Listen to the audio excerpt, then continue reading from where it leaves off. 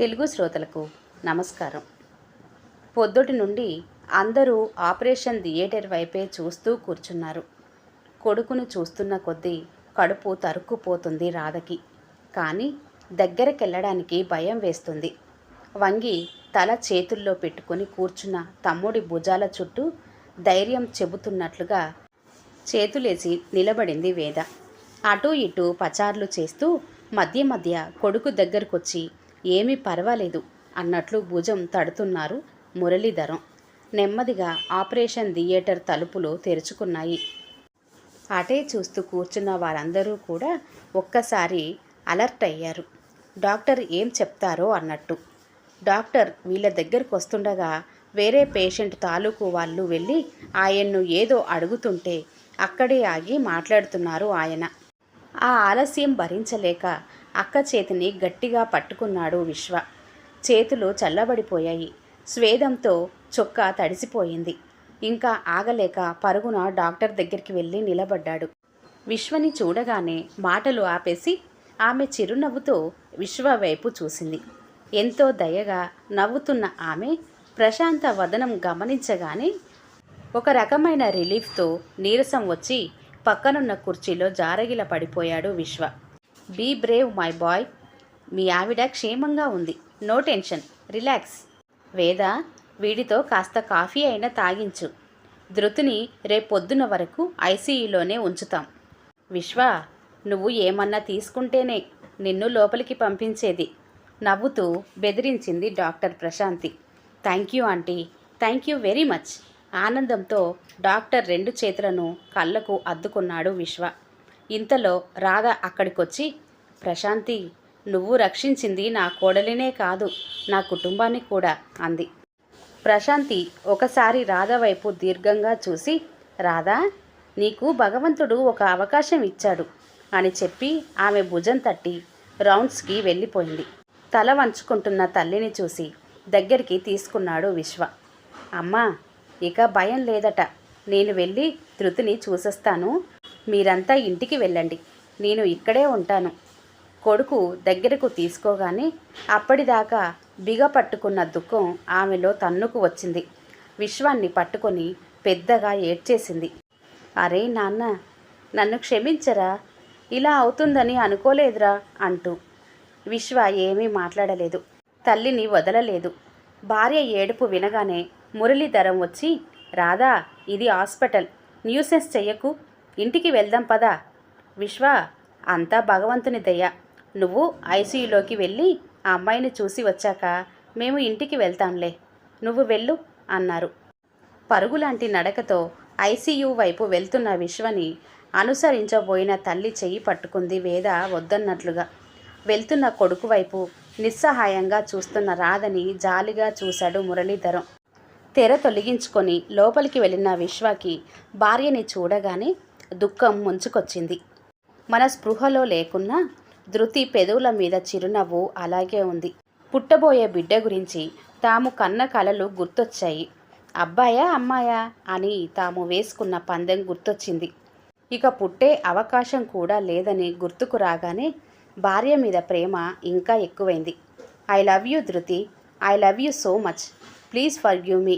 భార్య చేతిని ముద్దు పెట్టుకుంటూ పదే పదే అనసాగాడు.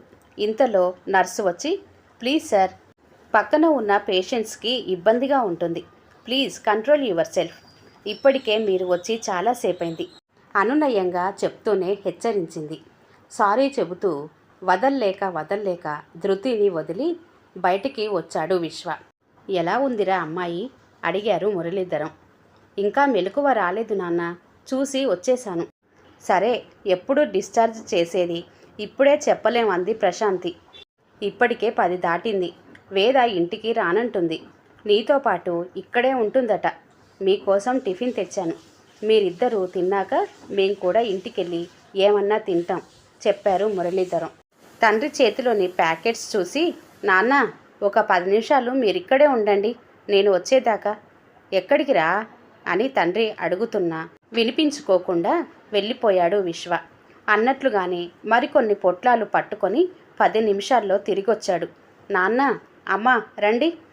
మనకు ఎలాట్ చేసిన గదిలో కూర్చొని టిఫిన్ చేద్దాం, సెకండ్ ఫ్లోర్కి వెళ్ళాలి, లిఫ్ట్ వైపు దారి తీస్తూ అన్నాడు. ముగ్గురు మౌనంగా అనుసరించారు విశ్వాని. గదిలోకెళ్ళగానే టేబుల్ సర్ది టిఫిన్ పొట్లాలు ఓపెన్ చేశాడు. విశ్వాలో మళ్ళీ మునుపటి హుషారు కనబడేసరికి ఊపిరి పీల్చుకుంది వేద. ఇడ్లీ ముక్క తుంచి నోట్లో పెట్టుకోబోతూ తినలేక కింద పడేసి 2 చేతుల్లో ముఖం దాచుకొని ఏడవసాగింది రాధ. విశ్వ తింటున్న వాడల్లా ఆపేసి తల్లి దగ్గరికెళ్ళి ఆమె ముందు కూర్చొని తల్లి ఒడిలో తల పెట్టుకున్నాడు మౌనంగా. కొడుకు తల నిమురుతూ కళ్ళు తుడుచుకుంది రాధ. అమ్మా, ఆకలేస్తుంది, తినేద్దాం. పొట్టలో ఎలుకలు వాటిని తరుముతూ పిల్లలు ఉరుకుతున్నాయి హాస్యంగా అన్నాడు విశ్వ. అందరి వదనాల్లో దరహాస వీచికలు వీచాయి. ఆ తర్వాత వారం రోజులు ఎలా గడిచాయో తెలియలేదు. ఆ రోజే ధృతిని హాస్పిటల్ నుంచి ఇంటికి తీసుకువచ్చారు. రాధ చాలా హడావుడి పడిపోతున్నది. ఏమీ లేకపోయినా బూజులు దులిపి సర్దిందే సర్ది ఇల్లంతా శుభ్రం చేసింది. అన్ని పడక గదుల్లో దుప్పట్లు, అన్ని గదుల్లో కర్టెన్స్ మార్చేసింది. తల్లి హడావుడిని గమనిస్తున్న వేద, అమ్మా, వచ్చేది ఎవరో విఐపి కాదు, నీ కోడలే. నాన్న, అమ్మ చూడు, మీ అల్లుడు వచ్చినప్పుడు కూడా ఇలా చేయలేదు అన్నది ఫిర్యాదు చేస్తున్నట్లుగా. మీ అమ్మ సంగతి నీకు తెలియందేముంది, ఏది వచ్చినా పట్టలేం, చదువుతున్న పేపర్ పేజీ తిప్పుతూ అన్నారు మురళీధరం. చాలండి సంబరం, ఇంకా ఎంతసేపు ఆ పేపర్ నములుతారు? ఎప్పుడు అనగా రావాల్సింది ఇంకా రాలేదు. భోజనాల వేళకి రావాల్సిన వాళ్ళు రాత్రి ఇంత తినే వేళ అవుతున్నా కానీ ఇంకా ఇంటికి రాలేదు. ఒకసారి వాడికి ఫోన్ చెయ్యండి. చేస్తున్నానే, కాల్ కలవటం లేదు. ఏ హాస్పిటల్లో అయినా ఇంతే, ఉదయం డిశ్చార్జ్ చేస్తామంటారు కానీ రాత్రి అవ్వాల్సిందే. అయినా ఉండు, ఒకసారి హాస్పిటల్కి ఫోన్ చేస్తాను అంటూ మురళీధరం హాస్పిటల్కి ఫోన్ చేసి మాట్లాడుతుండగానే ఆయన మొహం అంతా పాలిపోయింది. ఫోన్ ఆఫ్ చేసిన భర్తని చూసిన రాధకి భయం వేసింది. వేద కూడా తండ్రిని హావభావాలు గమనించి కంగారు పడింది. ఏంటి నాన్న, ఏమైంది? మళ్ళీ ఏదైనా సమస్య వచ్చిందా? తనని కూడా అవే ప్రశ్నలు అన్నట్లుగా భర్త వైపు చూసింది రాధ. పొద్దున్నే డిశ్చార్జ్ చేశారట. విశ్వ అప్పుడే భార్యని తీసుకొని వెళ్ళిపోయాడట. మనం ఎవరైనా హాస్పిటల్కి వస్తే ఇవ్వమని ఒక ఉత్తరం అక్కడి వాళ్లకు ఇచ్చాడట. శక్తినంతా కూడా తీసుకొని చెప్పారు మురళీధరం. వెర్రి చూపులు చూసింది రాధ. భర్త ఏమి మాట్లాడుతున్నది ఆమెకు కొద్దిసేపు అర్థం కాలేదు. అర్థమయ్యాక ఎలా స్పందించాలో ఆమెకు అర్థం కాలేదు. చిన్నగా వెళ్ళి భర్త పక్కన కూర్చుంది. తల్లిని చూసిన వేద భయపడిపోయింది. ఏమండి, నిజంగానే వాడు నన్ను వదిలిపోయాడా? బేలగా అడుగుతున్న భార్యకు ఏం సమాధానం చెప్పాలో తెలియక ఇప్పుడే హాస్పిటల్కి వెళ్ళొస్తాను అని చెప్పి అక్కడ నుండి లేచి వెళ్ళిపోయారు ఆయన. రాధ మనసులో తుఫానులు చెలరేగుతున్నాయి. అందంగా అమర్చిన ఇల్లు తనని చూసి నవ్వుతున్నట్లుగా ఉంది. కోడలు ఇంటికి రాగానే ఇవ్వటానికి ఏది సహిస్తుందో అని ఆమె కోసం అన్ని రకాల జ్యూసులు తయారుగా ఉంచుకుంది. ఇప్పుడు అవన్నీ తనను వెక్కిరిస్తున్నట్టు అనిపించింది. ఎందుకు ఇలా జరిగింది? ప్రాణంలా ప్రేమించిన కొడుకు ఎలా తనను వదిలి వెళ్ళగలిగాడు? అందుకు తానే బాధ్యురాలా? 4 వైపుల నుంచి పసిపిల్ల ఏడుపు వినపడసాగింది. రాధ తల పగిలిపోతున్నది. ఒళ్ళు తూలి కింద పడబోయింది. వేద పరుగున వెళ్ళి తల్లిని పట్టుకుంది. అమ్మా, అమ్మా చెంపలు తడుతూ పదే పదే పిలవగా కళ్ళు తెరిచింది రాధ. అమ్మా, కాస్త కాఫీ తాగుతావా? ఒకప్పుడు కోపం వచ్చినా ఇప్పుడు చాలా జాలి కలుగుతుంది తల్లిని చూస్తుంటే. వేద, చూసావా వాడేం చేశాడో? అమ్మా, స్థిమితపడు. వాడు ఆ ఉత్తరంలో ఏం రాశాడో నాన్న వస్తే కదా తెలుస్తుంది. కాసేపు నువ్వు పడుకో, నేను కాఫీ కలుపుకొస్తాను. తల్లి ప్రశ్నలకు జవాబు చెప్పలేక కాఫీ వంకతో చిన్నగా అక్కడ నుంచి తప్పుకుంది వేద. అప్పుడే లోపలికి వచ్చారు మురళీధరం. ఏమండి, ఏడండి మన బాబు? ఆ ఉత్తరంలో ఏం రాశాడండి? భర్తని చూడగానే ప్రశ్నల మీద ప్రశ్నలు వేసింది రాధ. మౌనంగా జేబులోంచి ఉత్తరం తీసి ఇచ్చాడు మురళీధరం. వణుకుతున్న చేతులతో ఉత్తరం తెరిచింది రాధ. అమ్మా, నా 30 ఏళ్ల జీవితంలో నా మనస్సాక్షికి వ్యతిరేకంగా నేను చేయకూడదనుకున్న 2 పనులు చేశానమ్మా. నన్ను క్షమించమ్మా. మొదటిది, నీకు చెప్పకుండా నిన్ను అడగకుండా నేను ఒక నిర్ణయం తీసుకున్నాను. రెండవది, మిమ్మల్ని వదిలి నేను వేరే వెళ్ళాలని అనుకోవటం. ఇప్పుడు దీనికి కూడా నువ్వు కోడలు వల్లనే నేను ఈ నిర్ణయం తీసుకున్నాను అనుకుంటావు. కానీ ఇది పూర్తిగా నా సొంత నిర్ణయం. అమ్మా, మీరెంత చెప్పినా, నా తోటి స్నేహితులు ఎంతమంది అవకాశాలు వచ్చి వెళ్ళినా కానీ నేను మాత్రం మిమ్మల్ని వదిలి వెళ్ళలేక నాకు వచ్చిన విదేశీ అవకాశాలన్నీ వదులుకున్నాను. అమ్మా, నా పెళ్ళయ్యేదాకా నువ్వు నా పెళ్ళి కోసం ఆరాటపడ్డావు. మీరు మెచ్చిన తర్వాతే నాకు ఇష్టమైన అమ్మాయిని మన ఇంటి కోడలుగా తెచ్చుకున్నాం. ఒకరిని ఇద్దరం కలిసి ఒక్కరైన వేళ. అమ్మా, నేను నీ దృష్టిలో రెండుగా ఎప్పుడు విభజించబడ్డానమ్మా. ఒకరు నీ కొడుకు, రెండోవారు ధృతి భర్తగా. నీ కొడుకు ధృతి భర్త, మేమిద్దరం రెండు కాదమ్మా, ఒక్కరమే.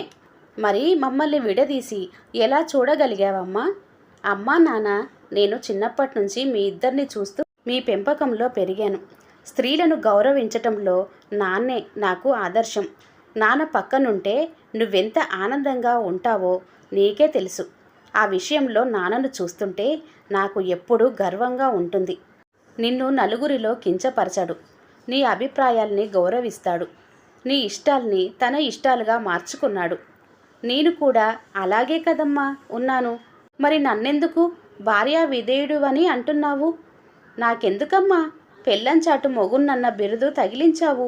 మరి నేను భార్యా విధేయుడినైతే నాన్న కూడా అంతే కదా? నువ్వు బాధపడ్డట్లే నానమ్మ కూడా అలానే బాధపడి ఉంటుందా? నీ అంత చదువు లేకపోయినా నానమ్మ నిన్ను నిలువున మానసికంగా కోసిన సందర్భాలు లేవు. ఎన్నిసార్లు అన్నావు నువ్వు నన్ను అందరిలాగా పెంచలేదని, గొప్పగా పెంచానని. గొప్పగా పెంచటం అంటే ఏంటమ్మా? మనకు ఆర్థిక ఇబ్బందులు లేవు, శారీరక మానసిక ఇబ్బందులు లేవు. చిన్నప్పటి నుంచి ఆడుతూ పాడుతూ చదువుకున్నాను. మంచి ఉద్యోగం వచ్చింది. క్షమించమ్మా ఇలా అడుగుతున్నందుకు. నన్ను పెంచటానికి ఏ దశలో నువ్వు కష్టపడ్డావు? అమ్మ అంటేనే ప్రేమ, అమ్మ అంటే ఆనందం, అమ్మ అంటే తృప్తి. సృష్టిలో అది జంతువు కావచ్చు, మనిషి కావచ్చు, పిల్లల్ని ప్రేమగా చూసుకొని వాళ్ళెవరైనా ఉంటారా? నువ్వు నన్నొక్కడిని ప్రేమగా చూస్తే సరిపోతుందా? నన్ను నమ్ముకొని నాతో పాటే 7 అడుగులు నడిచి వచ్చి నాలో సగమైన నా భార్యను కూడా నువ్వు అంతగా ప్రేమించినప్పుడే కదా నువ్వు అమ్మవనిపించుకునేది. ఎందుకమ్మా ధృతి అంటే నీకంత కోపం? కొడుకుని ప్రేమించటంలో ఇంత స్వార్థం ఉంటుందా? కొడుకుని వేరు చేసే రాక్షసిగా ధృతిని ఎందుకు ఊహించుకుంటావు? లేదా నీ తాహతకు సరిపోరనా? నేనుగా ఇష్టపడ్డా నీ అనుమతి తీసుకున్నాకే కదమ్మా మా వివాహం జరిగింది. అమ్మా, కొట్టనెక్కర్లేదు. అభిమానం గల ఆడపిల్లలకి చిన్న మాట కూడా గుండెల్లో గుణపంలా గుచ్చుకుంటుంది. అమ్మా, నువ్వు అనుకున్నావు నేను ఏమీ గమనించటం లేదని. కానీ మేనమామ పోషణలో పెరిగిన తల్లిదండ్రులు లేని ధృతిని నువ్వు పెళ్ళైనప్పటి నుంచి అడుగడుగున ఎలా కించపరుస్తున్నావో నేను గమనిస్తున్నాను. అత్తింటి వారి మర్యాదలు నాకు అందవని నీ బాధ. నిన్ను గమనిస్తున్న కొద్దీ నాకు ఆశ్చర్యంతో పాటు ఎంతో బాధ కలుగుతుంది. నువ్వు వ్యక్తిత్వానికి కాకుండా డబ్బుకు, హోదాకు చేసే ఆడంబరమైన మర్యాదలకే గౌరవం ఇస్తావంటే నేను నమ్మలేకపోతున్నాను. అలా చేస్తున్నది మా అమ్మేనా అని విస్తుపోతున్నాను. అతి నికృష్టమైన విషయం ఏమిటంటే నేను ఈ సంఘర్షణని తట్టుకోలేక, నన్ను నేను అదుపు చేసుకోలేక నా భార్య మీద చెయ్యెత్తబోయిన సందర్భాలున్నాయి. నేను మనిషినేనా అమ్మా? మానవత్వం మంటగలిసిన నాకు ధృతి పేరెత్తే అర్హత ఉందా? 5 సంవత్సరాలు ఓపిక పట్టానమ్మా. ఇంకో 10 సంవత్సరాలైనా ఓపిక పట్టేవాన్నే. ఎందుకంటే మిమ్మల్ని వదిలి వెళ్ళటం అంటే నన్ను నేను వదులుకోవటమే. కానీ ఏం చేయనమ్మా? డాక్టర్ ఆంటీ చెప్పింది. ధృతి మనసు, శరీరం కూడా ఇక ఎంత చిన్న గాయాన్నైనా కూడా తట్టుకోలేదని. ఆమె మనసు పలుచని గాజు వస్త్రంలా ఉందని, ఏ క్షణమైనా అది ముక్కలు అవ్వొచ్చని. ఇప్పటి వరకు అన్నింటినీ తట్టుకుంది ధృతి. కానీ అనాథ అన్న ఆ ఒక్క మాటని తట్టుకోలేకపోయిందమ్మా. కడుపులోని పిండంతో సహా ఆమె హృదయం కదిలిపోయిందమ్మా. అప్పుడు ఆలోచించానమ్మా, నీకు నేను ప్రాణానికి ప్రాణం కావచ్చు, కానీ నీ కోసం నాన్న ఉన్నారు, వేద ఉంది. కానీ దానికి ఎవరున్నారమ్మా? తండ్రిని పోగొట్టుకుంది. మన పుణ్యమా అని తల్లయ్యే అవకాశాన్ని పోగొట్టుకుంది. ఇక ఉన్నది నేనొక్కనే కదమ్మా. అందుకని ధృతిని అనాథగా వదిలేయలేక, చూస్తూ చూస్తూ ఒక మనిషిని మానసికంగా హత్య చేయలేక, నీకు ఎదురుగా నిలబడి నా నిర్ణయం నీకు చెప్పే ధైర్యం లేక ఇటు నుంచి ఇటే పిరికివాడిలా పారిపోతున్నానమ్మా. అమ్మా, అన్నిటికంటే నేను తట్టుకోవలసిన విషయం ఏమిటో తెలుసా? ధృతి నిన్ను కనీసం ఒక చిన్న పరుషవాక్యం కూడా అనకపోవటం. దౌర్భాగ్యుడికి దయను మించిన క్షమ లేదమ్మా. కానీ నాకీ శిక్ష పడాల్సిందే. పాపం పిచ్చిదమ్మా ధృతి. అందరూ కావాలనుకుంటుంది. ఇలా మిమ్మల్ని వదిలి వెళ్తున్నందుకు నాతో మాట్లాడదు కూడా. మిమ్మల్ని వదిలి ఉండేది కొన్ని రోజులే అమ్మా. మీరంటే నాకెంతో ప్రేమ, గౌరవం. తప్పకుండా నేను మళ్ళీ నీ దగ్గరికే వస్తానమ్మా. అయితే నువ్వు మారితే వస్తామని చెప్పటం లేదు. కానీ నేను మీ దగ్గరికి రావాలంటే గాజు బొమ్మ పగిలన్నా పగిలిపోవాలి, లేదా పగిలిపోయి గట్టితనాన్నన్నా ప్రోదు చేసుకోవాలి. అప్పుడు తప్పకుండా నీ దగ్గరకు వస్తానమ్మా. ఇక సెలవు. గుండెలు పగిలిపోతున్నాయా? శరీరం సిగ్గుతో 1000 ముక్కలవుతున్నదా? భూమి గిరగిరా తిరిగిపోతున్నదా? రాధకు ఏం జరుగుతుందో తెలియటం లేదు. ఆధారం కోసం చేతిని అటూ ఇటూ ఆడించింది. చేతికి తగిలిన చేతి స్పర్శను గుర్తించగానే మనసుకు స్వాంతన కలిగింది. ఆ చేతిని అలాగే హృదయానికి ఆనించుకుంది. అనిశ్చింతంగా అటూ ఇటూ కదులుతున్న శిరస్సు నెమ్మదిగా నిశ్చింత పొందినట్టు స్థిరంగా కుదురుతుంది. హాస్పిటల్లో ఉన్నట్టు మందుల వాసన, పక్కనుంచే అమ్మా అమ్మా అంటున్న స్వరం. ఆ స్వరాన్ని ఇష్టంగా వినసాగింది. ఇది కలేమో, కన్ను తెరిస్తే ఆ కళ చెదిరిపోతుందేమో అనుకుంటూ కళ్ళు తెరవకుండా పడుకున్న రాధను, రాధా రాధా లే, ఎవరొచ్చారో చూడు అంటూ పిలిచాడు మురళీధరం. నెమ్మదిగా కళ్ళు తెరిచిన రాధకు పరమానందం కలిగింది. కళా నిజమా అనుకునే లోపు అత్తయ్య ఎలా ఉంది అని తన మీదకు వంగి అడుగుతున్న ధృతి కనిపించింది. ఒక పక్కన అల్లుడు నిలబడి ఉన్నాడు. వేద అప్పుడే లోపలికి వస్తూ, అమ్మా ఈ జ్యూస్ తాగు ముందు అని దగ్గరకొచ్చింది. కూతురు పిల్లలు హిరణ్మయి అమ్మమ్మ అని పిలుస్తున్నారు. ఆనంద బృందావనంలో ఉన్నట్లుగా ఉంది రాధకు. రాధ కళ్ళు తెరవగానే అందరి మోహాల్లో సంతోషం తాండవించింది. ఇదేంటి అల్లుడు గారు ఎప్పుడొచ్చారు? నేను ఇలా పడిపోయి చాలాసేపైందా? ఆశ్చర్యంగా అడిగింది రాధ. చాలాసేపా? ఏమడుగుతున్నావు? వారం రోజులైంది నువ్వు కోమాలోకి వెళ్ళి. ఆ రోజు నువ్వు పడిపోగానే తీసుకొచ్చి ఈ హాస్పిటల్లో చేర్పించాం. నువ్వు కళ్ళు తెరిచింది ఇప్పుడే చెప్పింది వేద. తల్లి కోలుకున్నందుకు సంతోషంగా ఉంది వేదకు. రాధ అవునా అన్నట్లు విశ్వ వైపు చూసింది. తల్లి దగ్గరకొచ్చి మాట్లాడకుండా కొద్దిసేపు కూర్చున్నాడు విశ్వ. తల్లి భుజం చుట్టూ చెయ్యి వేసి లేపి కూర్చోబెట్టాడు. అమ్మా, నిన్నొదిలి వెళ్ళాలని నేను అనుకున్నాను, కానీ ధృతి అనుకోలేదమ్మా. పెళ్ళికి ముందు ధృతిని నేనొక విషయం అడిగానమ్మా. నన్నెప్పుడు నా తల్లిదండ్రుల నుంచి వేరు చేసే ప్రయత్నం చెయ్యనని మాట ఇవ్వు అని. తను ఆ రోజు ఇచ్చిన మాట తప్పలేదు. అందుకే వేరే వెళ్దామని నేను అన్నా. ధృతి మాత్రం ఒప్పుకోలేదు. ఆ రోజు సాయంత్రమే మేమే ఇంటికి వచ్చేసాం. అప్పటికే నువ్వు స్పృహ కోల్పోయావు. వారం రోజుల నుంచి మేమందరం హాస్పిటల్ చుట్టూ తిరుగుతున్నాం. వారం కాదు, 15 రోజుల నుండి సవరించింది వేద. ధృతి వైపు చూస్తూ చేతులు చాచింది రాధ. ఆ చేతుల్లో ఒదిగిపోయింది ధృతి. అందరూ ఆనందంగా చూశారు ఇద్దరు ఒకటైన ఆ దృశ్యాన్ని. ఈ కథ ఇంతటితో సమాప్తమండి. కథ పేరు ఇద్దరు ఒకటైన వేళ. రచన మణి గోవిందరాజుల గారు. కథ కనుక నచ్చినట్లయితే లైక్ చేయండి, షేర్ చేయండి. అలాగే మరిన్ని మంచి వీడియోల కోసం ఛానల్ని సబ్స్క్రైబ్ చేసుకోండి. మరొక మంచి కథతో మళ్ళీ కలుద్దాం. అంతవరకు సెలవు. నమస్తే. ధన్యవాదములు.